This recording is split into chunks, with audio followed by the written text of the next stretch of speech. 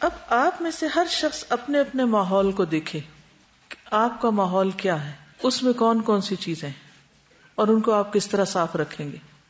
مثلا آج آپ جب گھر جائیں تو گھر کی ہر چیز پر نظر ڈالیں جو کہ وہ آپ کا ماحول ہے. مثلا فلور، فرش، بستر، چھت، جالے، شیشے، جالیاں. پھر اسی طرح جن چیزوں سے آپ ان کو صاف کرتے ہیں، جھاڑو، موپ، کیونکہ بہت سے جراثیم آپ صفائی کے نام پر گھر میں داخل کر لیتے ہیں. کیسے؟ گندا موپ لگا کے. بہت سے لوگ موپ لگا کے دھوتے نہیں ہیں، اس کو ایسے چھوڑ دیتے ہیں. وہ اگلے دن تک کے لیے کیا ہوتا ہے 24 گھنٹوں میں؟ وہ لگانے کے وقت دھوتے ہیں، لگا کر نہیں دھوتے. اب نقصان کیا ہوگا؟ وہ 24 گھنٹے اس کے اندر جراثیم پلتے رہیں گے اور پھر آپ نے وہ آ کے سارے گھر میں خوب پھیلا دیے. پھر اسی طرح کچن میں گئے آپ، آئیڈیل مسلمہ کچن میں ہیں، اپنے برتنوں کا حال دیکھیں، کچن کا فلور دیکھیں، کچن کے پائپ دیکھیں، واش بیسن دیکھیں، جس اسپنج کے ساتھ آپ برتن دھو رہے ہیں ذرا اس کی حالت دیکھیں، جس اسٹیل وول سے آپ اسکریچ کرتے ہیں مختلف برتنوں پہ لگی ہوئی سخت چیزوں کو، ذرا اس کو کھول کے دیکھیں. پھر اسی طرح جو مکھیاں گھوم پھر رہی ہیں مختلف چیزوں پہ بیٹھ جاتی ہیں، رات کے وقت کچن سے نکلتے ہوئے دیکھیں کہ کون کون سی چیز کھلی ہے، کیونکہ رات کے وقت سال میں ایک دن ایسا ہوتا ہے جس میں بلائیں اترتی ہیں، بیماریاں اترتی ہیں، اور جو برتن کھلا ہوتا ہے اس کے اندر چلی جاتی، پھر اسی میں ہم پانی وانی پی لیتے ہیں، کھا لیتے ہیں.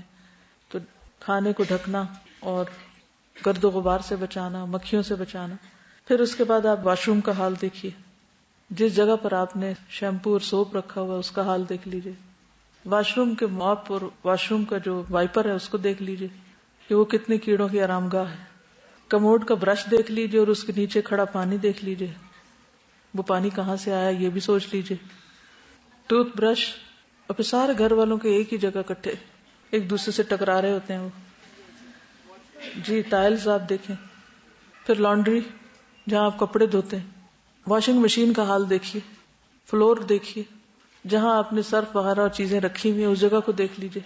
ان سب چیزوں کا جائزہ لیجیے کیونکہ یہ سارا کچھ ہمارا ماحول ہے.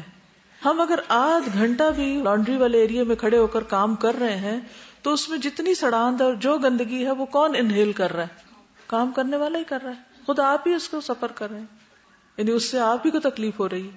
کچن میں اگر گندگی ہے تو کس کو تکلیف ہے؟ آپ ہی کو ہے نا. اب ان ساری چیزوں کو صرف وہاں نہ دیکھیے، کیونکہ مومن غور و فکر کرتا ہے نا کہ یہ چیز مثلا ایک گندا اسپونج جو رات بھر گندگی میں پڑا رہا، صبح اٹھ کے آپ نے اسی سے جلدی سے کپ دھو اور اس میں چائے پی رہے ہیں، تو کیا وہ صاف ہے کپ جو بظاہر دیکھنے میں صاف ہے؟ پھر جو واشنگ لیکوڈز ہم یوز کرتے ہیں، بعض لوگوں کو برتن دھونے نہیں آتے، کپڑے دھونے نہیں آتے، کپڑے دھوئیں گے ابھی اس کے اندر صابن ہوگا بس نکال دیں گے. بعض لوگ برتن میں ابھی پوری طرح وہ صاف نہیں ہوا وہ صاف سمجھیں گے، اسی میں کھانا کھا لیں گے. تو اس طرح کتنے ہی انوانٹیڈ کیمیکلز گندے برتنوں اور گندے کپڑوں اور ان سب کے ساتھ ہمارے اندر جا رہے ہوتے ہیں، ان کے اثرات چاہے وہ اسکن کے ذریعے چاہے منہ کے ذریعے.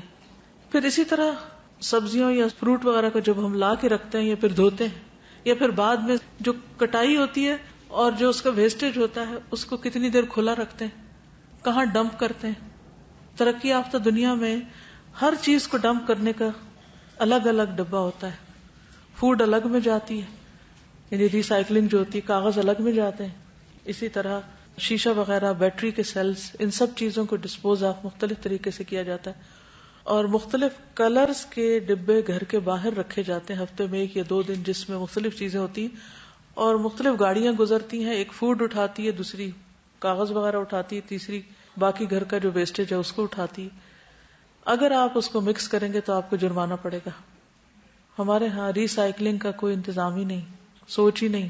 کسی بھی جگہ پر آپ کسی بھی ہائی وے پہ سفر کیجیے اور آس پاس اڑتے ہوئے پلاسٹک کے لفافے دیکھیے کہ ہمارے پورے ماحول کو کتنا گندا کر رہے ہیں.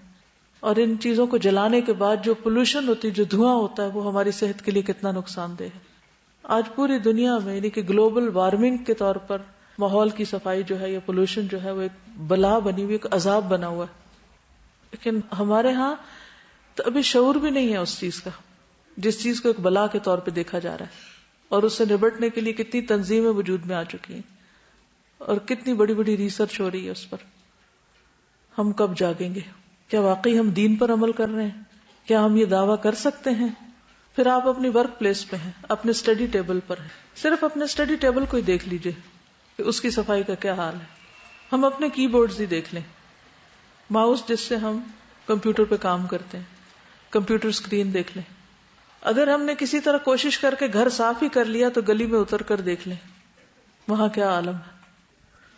اگر آپ دیکھیں گے تو بہت سارے لوگوں کا یہ کلچر ہے، مثلا ٹرکش جو ہیں ان کا بھی یہی کلچر ہے کہ جوتے گھر سے باہر، کوئی بھی ہو، بڑا ہو چھوٹا ہو، امیر ہو غریب ہو. جاپنیز کا بھی یہی حال ہے، وہ جوتے گھر کے باہر ہی ہوں گے اور اندر ننگے پاؤں رہیں گے یا ساکس وغیرہ کے ساتھ.